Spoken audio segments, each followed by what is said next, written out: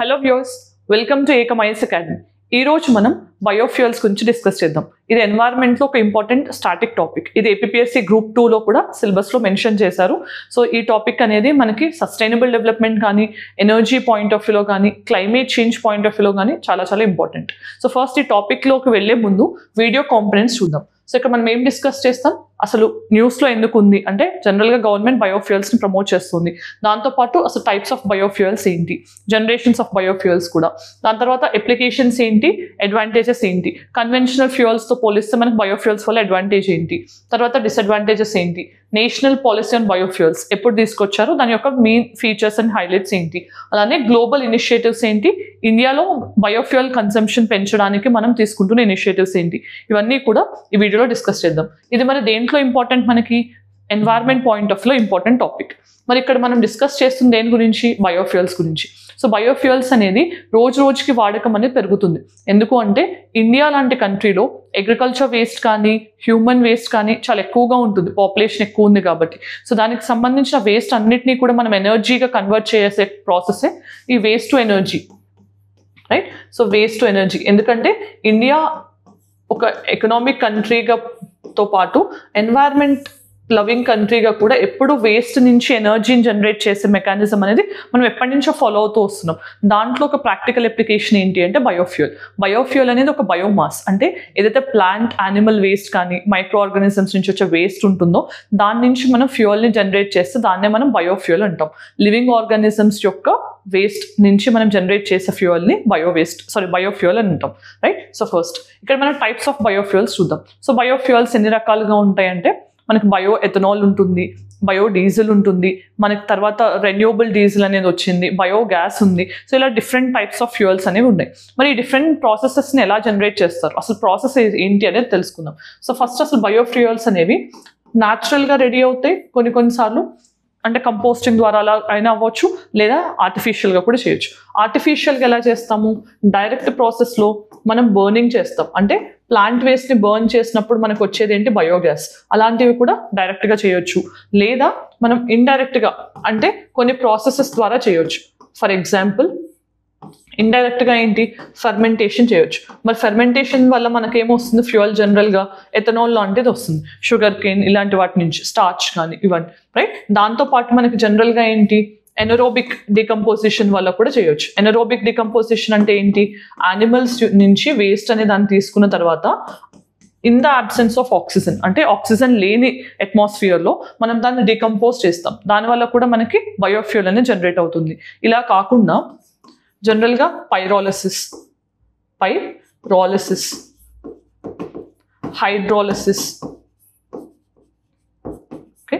So pyrolysis, hydrolysis, gasification, right. So ఇవన్నీ different methods అనమాట. వీటన్నిటి ద్వారా కూడా మనం జనరల్గా బయోఫ్యూయల్స్ని రెడీ చేయొచ్చు. సో ఇవన్నీ డిఫరెంట్ ప్రాసెసెస్.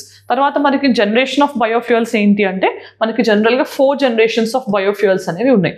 మన దాంట్లో ఒకటి చూద్దాం. ఫస్ట్ జనరేషన్ ఏంటి, ఫస్ట్ జనరేషన్ అనేది మనం ఎడిబుల్ సోర్సెస్ నుంచి తయారు చేసుకునే బయోఫ్యూయల్ అనమాట. ఎడిబుల్ అంటే ఏంటి, మనం ఏదైతే తింటామో వాటి నుంచి మనం బయోఫ్యూయల్ చేస్తాం, అంటే ఫుడ్ సోర్సెస్ నుంచి. ఫర్ ఎగ్జాంపుల్ స్టార్చ్ కానీ, మేజ్ కానీ, షుగర్ కేన్ కానీ ఇలాంటివి అనమాట. మరి ఇక్కడ ప్రాబ్లం ఎక్కడ వస్తుంది, మనకి ఎప్పుడైతే ఫుడ్ సర్ప్లస్ ఉంటుందో ఆ సర్ప్లస్ క్రాప్ని మనం బయోఫ్యూయల్గా కన్వర్ట్ చేసుకోవచ్చు, అప్పుడు ఫార్మర్స్కి కూడా బెనిఫిటల్గా ఉంటుంది. బట్ ఎప్పుడైతే మనకి ఫుడ్ స్కేర్సిటీ ఉంటుందో అప్పుడు మనకి ఫ్యూయల్ వైపు మళ్ళించే ఛాన్స్ ఉంది. అంటే ఫుడ్కి ప్రయారిటీ ఇవ్వకుండా ఫ్యూయల్ వైపు డైవర్ట్ చేస్తే ఉన్న లిమిటెడ్ ఫుడ్ని కూడా, అప్పుడు ఫుడ్ స్కేర్సిటీ వల్ల మనకి ఆహార భద్రత అనేది ఇంపాక్ట్ అవుతుంది కదా. అందుకోసం అని చెప్పి మనకి ఎడిబుల్ సోర్సెస్ నుంచి మనం ఏం చేస్తాం, సెకండ్ జనరేషన్ బయోఫ్యూయల్స్ని డెవలప్ చేసుకోవడం స్టార్ట్ చేస్తాం అనమాట.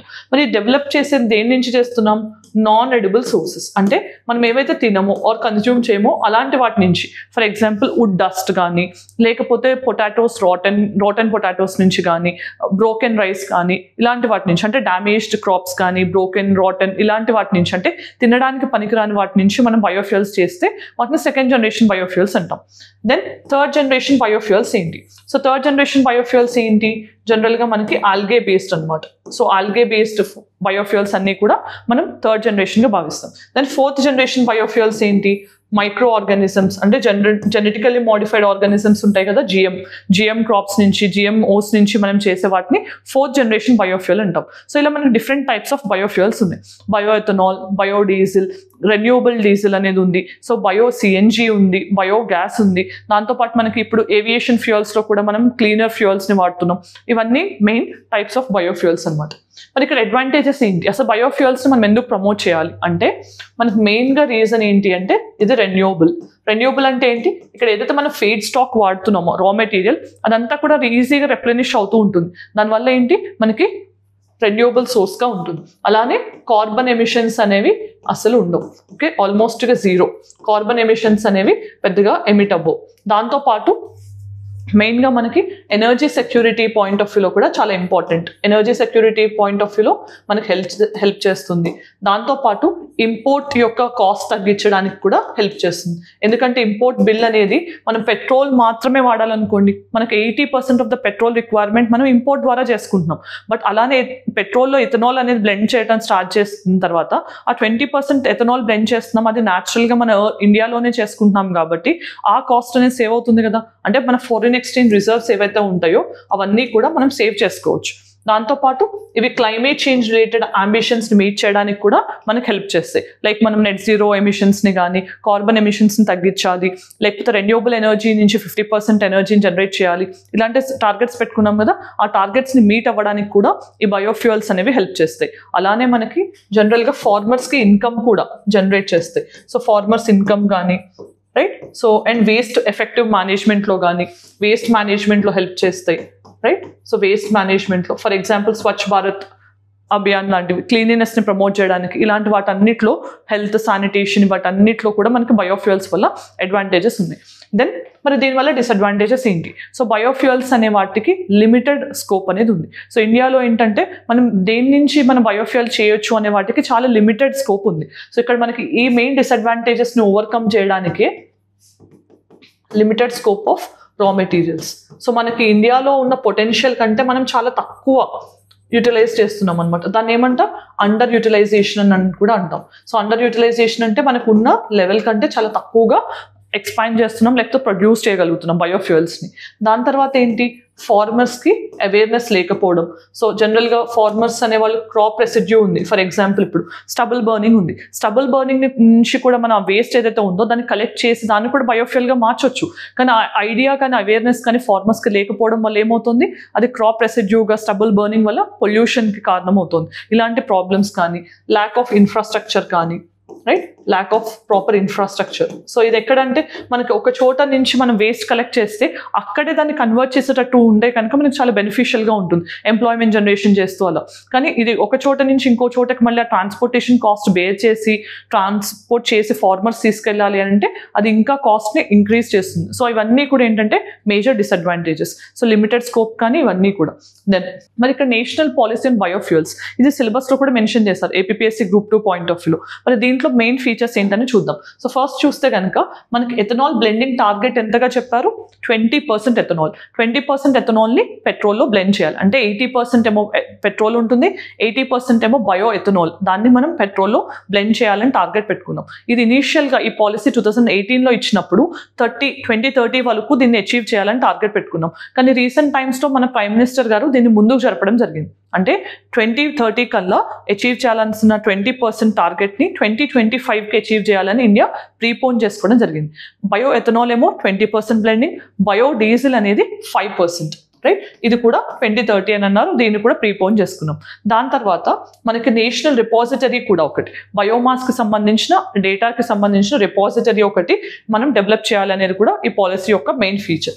దాంతోపాటు అడ్వాన్స్డ్ బయోఫ్యూయల్స్ని డెవలప్ చేయాలి అనే దానికి కూడా మనకి స్పెషల్గా మనీ ఇచ్చి బయో రిఫైనరీస్కి కూడా ఇన్సెంటివ్స్ని, ట్యాక్స్ ఇన్సెంటివ్స్ని కానీ మనకి హై పర్చేస్ ప్రైస్కి కానీ ఇవన్నీ ఇవ్వడం జరుగుతుంది. సో మన అడ్వాన్స్డ్ బయోఫ్యూయల్స్ అంటే ఏంటి? ఇప్పుడు ఫస్ట్ జనరేషన్, సెకండ్ జనరేషన్ మనం ఎక్స్ప్లాయిట్ చేస్తున్నాం జనరల్గా ఇండియాలో.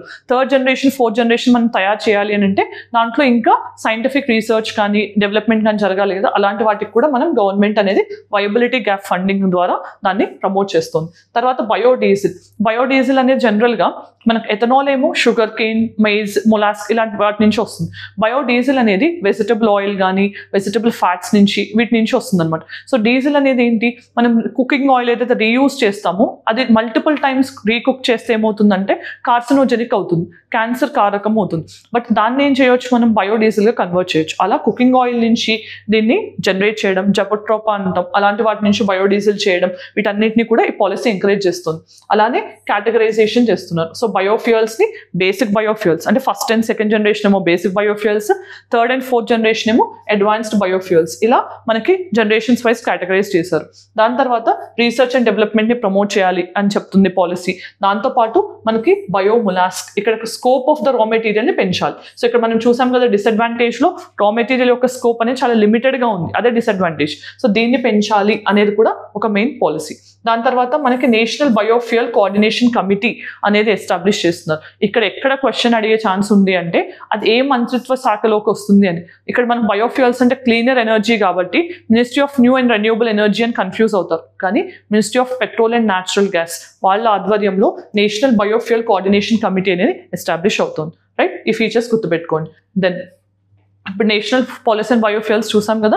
Next India related initiatives and global initiatives చూద్దాం బయోఫ్యూయల్స్ని పెంచడానికి. సో మన గ్లోబల్ ఇనిషియేటివ్స్ అనగానే గుర్తు రావాల్సింది ఏంటి, లాస్ట్ ఇయర్ మన ఇండియాలో G20 సమ్మిట్ జరిగినప్పుడు మనం లాంచ్ చేసుకున్న ఇనిషియేటివ్ ఏంటి, గ్లోబల్ బయోఫ్యూయల్ అలయన్స్. సో ఇది G20 కంట్రీస్ ఎస్పెషల్లీ 2023 సమ్మిట్ ఇండియాలో జరిగినప్పుడు మనం along with India, Brazil, right, so US, ఇలాంటి సౌదీ కానీ ఇలాంటి కంట్రీస్ అన్నీ కలిసి ఈ ఇనిషియేటివ్ని లాంచ్ చేశాయి. ఇది ఒక మెయిన్ ఇనిషియేటివ్. మరి ఇండియా విషయానికి వస్తే మనకి ఇండియాలో గ్లోబల్ బయోఫ్యూయల్స్ని కానీ ఇండియాలో బయోఫ్యూయల్ కన్సంప్షన్ పెంచడానికి ఎలాంటి ఇనిషియేటివ్స్ తీసుకుంటున్నాం, ఎథనాల్ బ్లెండింగ్ ప్రోగ్రామ్. సో మనం ఇందాకే చూసాం ఎథనాల్ బ్లెండింగ్ అనేది ఎంతగా ఉంది, 20%. ఇప్పుడు 10% టార్గెట్ ఆల్రెడీ అచీవ్ చేసాం, దాన్ని 20%కి పెంచాలి ఎప్పటికి, 2025కి. అలాంటి ఎథనాల్ బ్లెండింగ్ ప్రోగ్రామ్స్ కానీ, తర్వాత గోబర్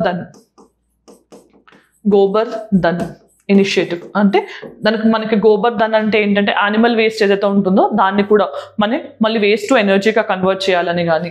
తర్వాత రుకో ఇనిషియేటివ్, రైట్, రుకో అంటే ఏంటి, ఇది ఎవరి initiative, FSSAI, right. So reused cooking oil initiative. Reused cooking oil ఏం చేస్తున్నాం మనం, మళ్ళీ దాన్ని ఫ్యూయల్గా కన్వర్ట్ చేస్తున్నాం, బయోడీజిల్గా. సో ఇది ఒక ఇనిషియేటివ్, రైట్. సో ఇలా మనకి డిఫరెంట్ పాలసీస్ అండ్ ఇనిషియేటివ్స్ అనేవి ఇండియన్ సైడ్ నుంచి కూడా తీసుకోవడం జరుగుతుంది. ఇవన్నీ కూడా వేస్ట్ ఎనర్జీని ప్రమోట్ చేయడానికి అండ్ బయోఫ్యూయల్స్ లాంటి క్లీనర్ ఫ్యూయల్స్ని ఇంక్రీజ్ చేయడానికి మనం తీసుకుంటున్న ఇనిషియేటివ్స్. మరి ఈరోజు ప్రాక్టీస్ క్వశ్చన్ ఏంటని చూద్దాం. According to India's national policy and biofuels, which of the following రా materials can be used on production of biofuels. మరి వీటిలో మనం ఏది రా మెటీరియల్గా యూజ్ చేయొచ్చు అనేది ఆప్షన్స్ ఐడెంటిఫై చేయండి. దాని తర్వాత ఈ కాంబినేషన్ ఆఫ్ ఆప్షన్స్లో ఏది కరెక్ట్ అనేది ఆన్సర్ కామెంట్ సెక్షన్లో చెప్పండి. Then mains question, biofuels are cleaner and greener alternative to fossil fuels. Critically analyze the statement in reference to India's energy and environmental goals. So మనకి బయోఫ్యూయల్స్ అనేవి fossil ఫ్యూయల్స్తో పోలిస్తే cleaner sources అనుకుంటున్నాం కాబట్టి అది ఎలా cleaner అనేది చెప్తూనే వాటి యొక్క రిఫరెన్స్ అనేది ఇండియాలో ఎన్వైర్మెంటల్ గోల్స్ని కానీ క్లైమేట్ చేంజ్ని కానీ మనం ఫైట్ చేయడానికి ఎలా హెల్ప్ చేస్తుంది అనేది ఆన్సర్ చేయడానికి ట్రై చేయండి. మరి ఈరోజు ఈ వీడియోలో మనం ఏం డిస్కస్ చేసాం, నేషనల్ పాలసీ అండ్ బయోఫ్యూయల్స్లో ఎన్ని రకాలు ఉన్నాయి, దాని తర్వాత దానివల్ల అడ్వాంటేజెస్ ఏంటి, అడ్వాంటేజెస్ ఏంటి, ఇండియా రిలేటెడ్ ఇనిషియేటివ్స్ ఏంటి, గ్లోబల్ ఇనిషియేటివ్స్ ఏంటి, ఇవన్నీ కూడా ఈ వీడియోలో డిస్కస్ చేయడం జరిగింది. ఇలాంటి ఇనిషియేటివ్ మీకు నచ్చినా లేకపోతే మీరు నా నుంచి ఇలాంటి టాపిక్స్ ఎక్స్పెక్ట్ చేస్తున్నా కూడా అవన్నీ కామెంట్ సెక్షన్లో చెప్పండి. Definitely upcoming groups point of వ్యూలో ఆ వీడియోస్ అన్ని చేయడానికి డెఫినెట్గా ట్రై చేస్తాను. Thanks for watching. All the very best.